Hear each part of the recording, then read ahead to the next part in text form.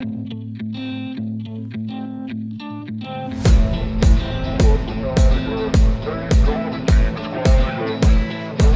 gente está aí conversando sobre protocolos e tudo. Vamos colocar uma pimenta na conversa aí, Vamos. que eu acho interessante mostrar para as pessoas aí. Assim, o que eu vou falar agora é motivo de bastante discussão, né? E eu acho que isso não vai acabar nunca, porque eu acho que os próprios veterinários não estão deixando isso acabar. Então vamos continuar para ver se o pessoal. Vamos lá. Ketapum. Que a gente sabe que, por exemplo, não causa analgesia visceral no animal. E mesmo assim as pessoas ainda continuam fazendo, por exemplo, uma OSH em gato, em gata, né? Em gata, no caso. O que você acha que, assim, a gente já evoluiu bem? O senhor Uhum. já mencionou aí esse salto da evolução aí Uhum. na anestesia veterinária, né? E por que isso ainda acontece? E se, assim, a gente tem muito graduando, né? Uhum. Participando e tudo mais. E às vezes eles não entendem, não buscam informação sobre isso. Às vezes eu ia perguntar, falava assim, meu, mas me explica o porquê que tem tanto anestesista que não concorda Uhum. e, sei lá, alguns clínicos falam que é legal. E aí ficava essa divisão. E aí eu fui buscar informação, li bastante a respeito e entendi, tanto que na minha clínica já não rola. Eu falei, não, eu vou fazer o que eu faço pro meu animal. Eu fui buscar uma anestesia melhor para quando eu fui castrar minha gata. Então, até que ponto essa anestesia, ela, por exemplo, eu conversando com o anestesista, um amigo meu, Dr. Marcelo Proença, gosto muito dele, amigão meu, me ensina bastante, e ele comentou comigo que ele, quando é feito o ketapum, em gato, ele cria meio que um estado de catalepsia. Uhum. Que é o quê? É aquilo que a gente vê em filmes, assim, o pessoal é como se ele tivesse sentindo toda a dor, tá ali dormindo e não pode se movimentar, né? Não sei se ele chega nesse nível, Não. né? Então, explica pra gente como é que funciona essa questão do ketapum e, assim, o porquê que ela não dá analgesia o suficiente visceral e como Tá. que seria essa dor se fosse na gente, né? Como que seria essa dor? Bem, deixa eu pensar aqui numa forma de não ser tão agressivo com o Ketapum, mas mostrar que ele realmente não é a melhor opção, Tá, pensando na anestesia moderna. Ah, quando a gente fala que o Ketapum ele não dá essa analgesia visceral, ele não dá analgesia suficiente para realizar um procedimento tão invasivo e com um componente de dor tão grande como é uma castração, principalmente uma OSH, né, que envolve laparotomia, tração de pedículo ovariano, né? Às vezes o paciente não fica tão bem relaxado. Tudo isso pode ou dificultar o procedimento ou fazer com que o paciente realmente não tenha uma evolução tão boa assim com relação ao controle da dor. Além disso, a gente está considerando o uso de drogas, né, de fármacos, ketamina e xilazina, que promovem profundas alterações cardiovasculares. Né? Então a gente sabe que a ketamina, particularmente em altas doses, promove uma ativação simpática importante. A gente sabe que a xilazina, como todo alfa-2 agonista, promove depressão cardiovascular, bloqueio simpático, enfim. Mas existem, por exemplo, outros alfa-2 agonistas que a gente usa na rotina, né? Particularmente em cães e gatos, hoje se usa muita dexmedetomidina, que do ponto de vista de efeitos, ela faz basicamente a mesma coisa que a xilazina faz, só que ela é muito mais potente, né? Ela tem uma afinidade pelo seu receptor muito maior. Então ela promove a analgesia? Promove a analgesia porque se liga lá no receptor alfa-2 do corno dorsal da medula.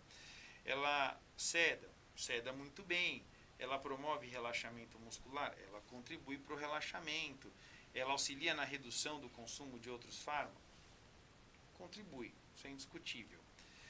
Só que quando a gente pensa no conceito de anestesia moderna, né, como ela deve ser feita hoje, a gente trabalha anestesia multimodal e balanceada. O que é isso? Você associa na anestesia fármacos e técnicas diferentes que têm efeito sinérgico para promover o estado de hipnose, que é o sono artificial, manter o paciente relaxado, sem resposta e sem reflexos à estimulação cirúrgica e com bom controle de dor e estabilidade fisiológica.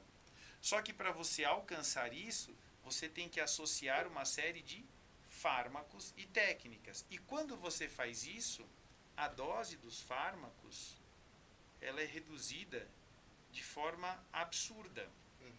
De tal maneira, só para tentar ilustrar isso, ketamina, até mesmo xilazina, ou outro alfa-2 agonista como a dexmedetomidina, a gente usa hoje.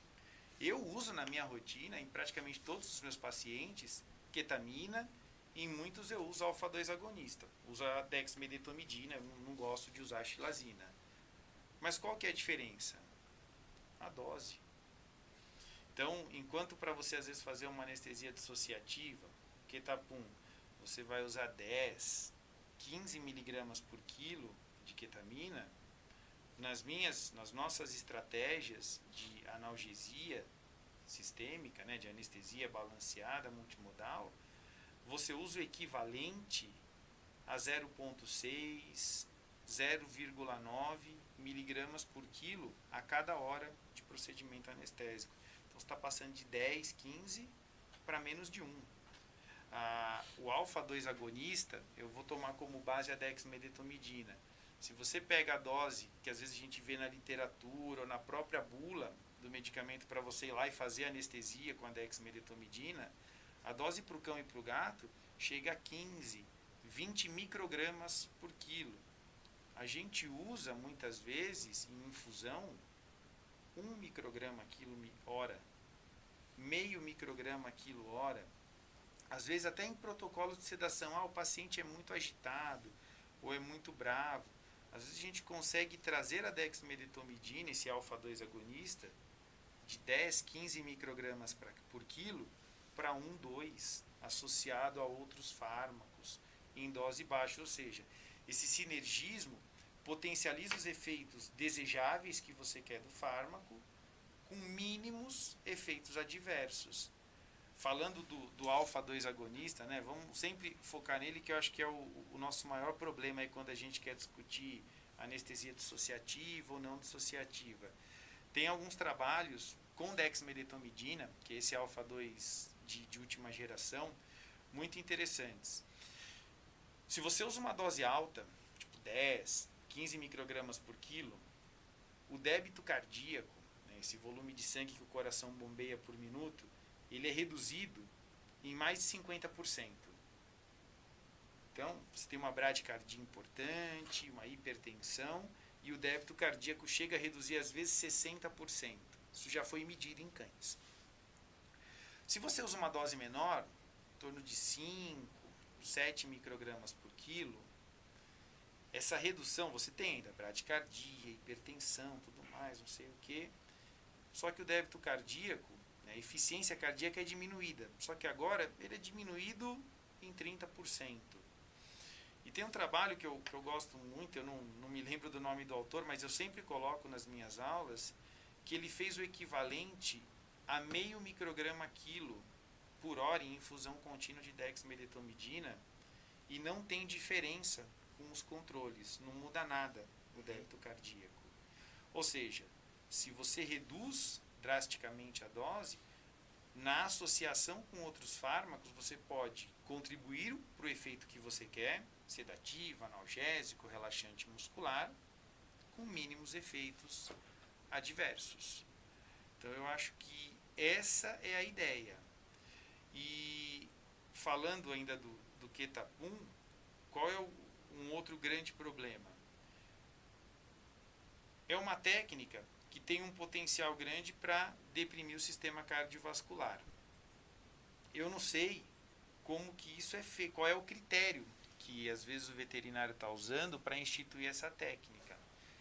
Ele tem uma avaliação pré-operatória bem feita do animal, ele sabe como que é o cardiovascular. Geralmente Porque, é na sorte, né? porque até para usar dexmedetomidina em doses baixas, às vezes a gente pondera o que esse paciente tem de alteração cardiovascular. Algumas alterações que a gente observa às vezes no eco, no eletro, permitem o emprego, mas outras fazem com que a gente tome mais cuidado e exclua da abordagem. Então, às vezes você vai lá e faz uma dose altíssima de um alfa-2 agonista associada a uma dose altíssima de ketamina nesse paciente e ele tem uma profunda depressão cardiovascular. E às vezes ele já tinha alguma cardiopatia ou alguma outra alteração sistêmica que vai fazer com que ele deteriore mais rápido. E tem também a questão da monitoração. Às vezes, né, principalmente em campanha, né, você vai lá, espeta, né, faz intramuscular a dose de ketamina-xilazina, o paciente entra lá na anestesia dissociativa, o procedimento é realizado, mas você não tem uma monitoração sensível o suficiente para detectar quais são as potenciais alterações que ele está tendo naquele momento e intervir se necessário. Porque por mais que você esteja usando a xilazina, tem antagonista, né? Tem inoimbina, você vai lá, deu ruim, reverte.